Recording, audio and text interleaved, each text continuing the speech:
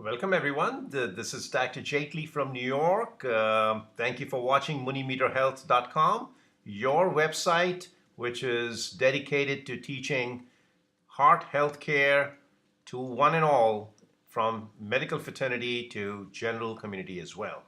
So here we are with a new video, new day, and a new subject to talk about.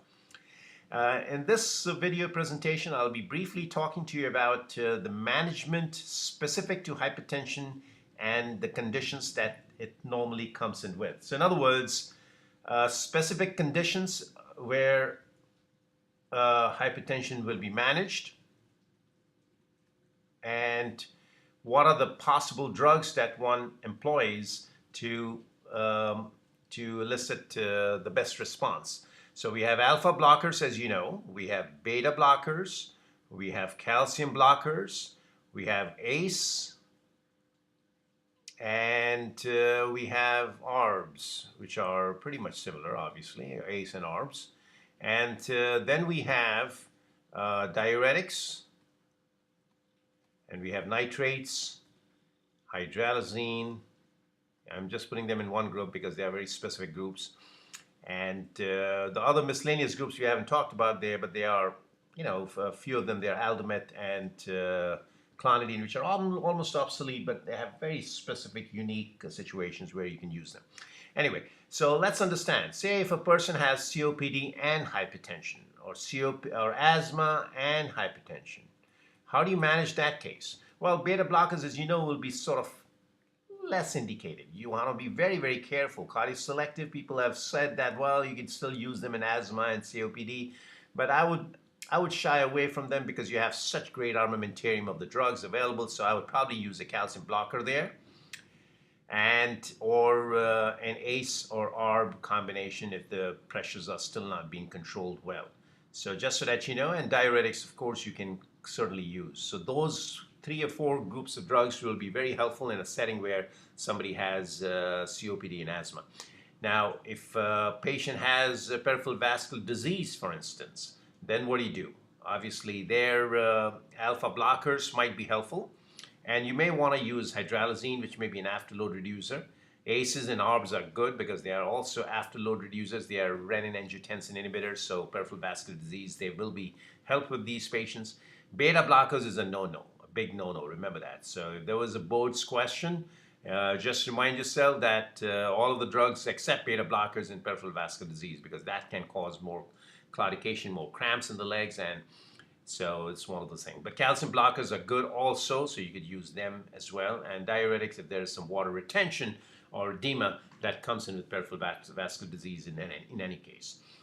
Now, diabetes is another scenario where hypertension can concomitantly exist, because remember, these are cardiovascular risk factors: diabetes, hypertension, high cholesterol, renal failure, which we'll be coming to in a second. So all these are higher risk factors, and they are additive or multiplicative in a way that one can actually increase the risk factors for coronary artery disease. So diabetes, for instance, here, beta blockers, people have talked about that they can actually suppress the sympathomimetic action of hypoglycemic episode. So plus minus, I would say.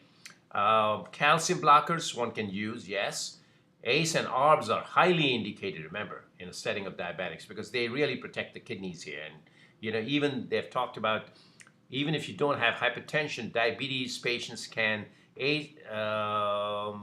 prophylactically or preventatively be placed on small doses of enalapril or any form of ACE or ARBs in a very small dose to prevent any further renal progression of the disease.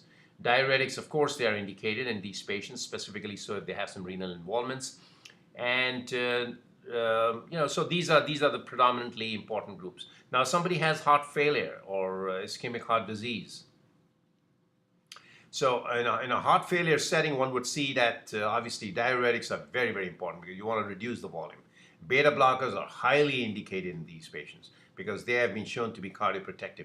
Calcium blockers is plus minus. You don't want to use them unless and until beta blockers are contraindicated for some reason.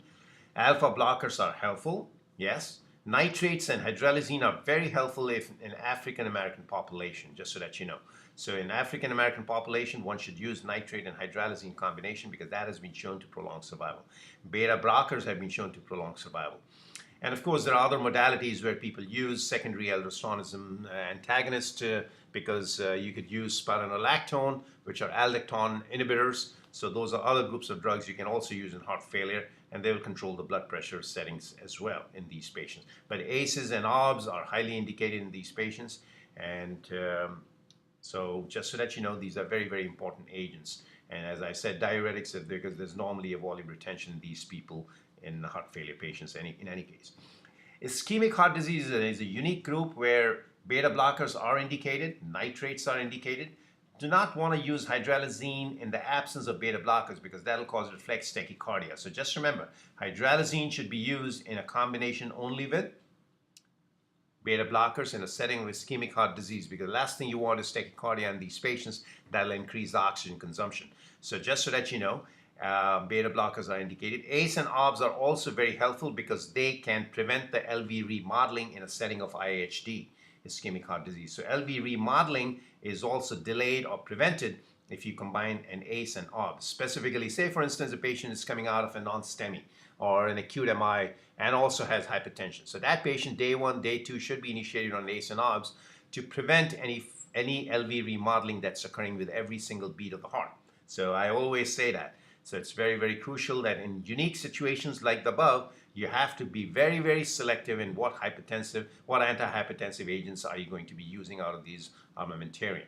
Now we know that out of these several groups that I've just outlined, there are at least maybe about 24 drugs that are sitting on your desk right now as physicians, as fellows, as residents, as colleagues, which you desperately want to use for hypertension. But this really outlines exactly how you're going to be very selective in using which antihypertensive agents. Again, my best advice is always try to avoid the polypharmacia.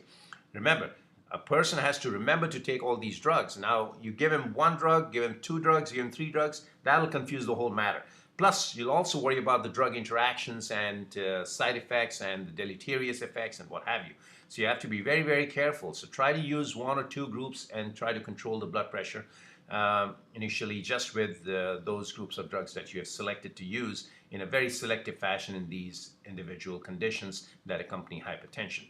So it's crucial for you to really look at some of these groups in a nutshell. And then, of course, there's another major group which I think you should not forget is pregnancy, because in pregnancy, everything is a no-no. But diuretics have been used. Again, they're all category C, but the fact is that you could still use them. And beta blockers, of course, have been used also. But the specific drugs which have been indicated or have been used for the longest record of time are Aldomet and the groups of drugs like that. So Aldomet is wonderful in pregnancy, specifically in pre-toxemia, pre-eclampsia, etc. It can be used intravenously also in that setting to prevent any further progression of hypertensive heart disease during pregnancy. So these were some of the groups that I highlighted here. And of course, minimizing the blood pressure risk is the goal by the JNC, which was again published in the JAMA, JNC 8, I believe, and that was in 2014. So just recall yourself. Again, the JNC, if you follow the guidelines, they'll always say diuretics is the first drug of choice. But you know what? Ultimately, you have to look at all these risk factors, like I said, COPD, asthma, peripheral vascular disease, diabetes, hypertension, ischemic heart disease, heart failure, and pregnancy, and so on and so forth. I always say that, look, the patients don't read the same books as we do we? We read 1 chapter at a time. Patients comes in with 2 or 3 conditions at the same time. So here we go. So you have to really, really be very, very cognizant about which drugs you want to use and how you can use with your clinical acumen the best possible combination drug. So this way you can avoid the deleterious effects and maximize the effects of antihypertensive agents that you're using without any side effects and drug interactions, etc., etc. So diuretics, yes, they are very cheap, obviously, but the fact is that along comes the electrolyte assessment 3 or 4 times a year. Then you have to correct the electrolytes, etc., etc. So just be cognizant of that. And again, preoccupation is very important. I always say, what if you have a school bus driver who is sitting in the bus for 3 hours in the morning and 3 hours in the afternoon dropping the kids? and now you have a diuretic action going in that page, in that scenario. So he's not going to like it, and so on and so forth. Like same is true with the pilots. Same is true with the train engineers, and same is true with if you call say the cab drivers. Cab drivers, they sit in the car for like 8 to 10 hours, sometimes even 12 to 14 hours, and the last thing they want to see is a diuretic on board. So you have to be very, very careful in what you prescribe. Delve into the social history of the patient. Find out if the patient has a smoking history. Find out if the patient has familial history. Also, just a quick note on secondary hypertension, because they are surgically treated hypertensives. So quickly, I just want to mention about pheochromocytoma, which is a very, very rare finding in clinics. But on the boards, you will see a case or two. So don't be surprised. So just so that you know. But try to use beta and alpha blockers combinations there for pheochromocytoma, if you will. Okay, so that's one. And for Conn syndrome, which is again the primary aldosteronism, of course, while the patient is waiting to be evaluated for surgery, etc., you can initiate a spironolactone on these patients. And again, the clue is potassium is extremely low in these patients, and potassium may be 2.1, 2.7, 2.9 when they present with a higher degree of hypertension in these individuals. And the clue is immediately that this is primary aldosteronism, congenital adrenal hyperplasia, or Conn syndrome. Okay, so and then the third is very commonly treated and cured is hyperthyroidism. You treat hyperthyroidism by radioactive iodine or PTU like drugs, and you're all set. Next thing is hypertension is fully cured, and you've cured the thyroid as well. So just be mindful of those 2 or 3 conditions. And last but not the least, but it's a very common, the most common cause of secondary hypertension is renovascular hypertension. And so that is also treated by a stent or PCI within the vascular artery. And there also the patients can be fully cured from their hypertension, will not be on any drugs forever. Okay. Again, I want to thank you for watching MuniMeterHealth.com. That's your website where you want to go and learn and teach and spread the knowledge of hypertension amongst your colleagues, students, residents, fellows. So keep learning, keep teaching, and keep spreading the cardiology word everywhere. So this way we get the best of the best clinical outcomes in our patients, because that's the ultimate goal at the end of the day on MuniMeterHealth.com. Thank you again, and see you again in the next video. Until then, so long.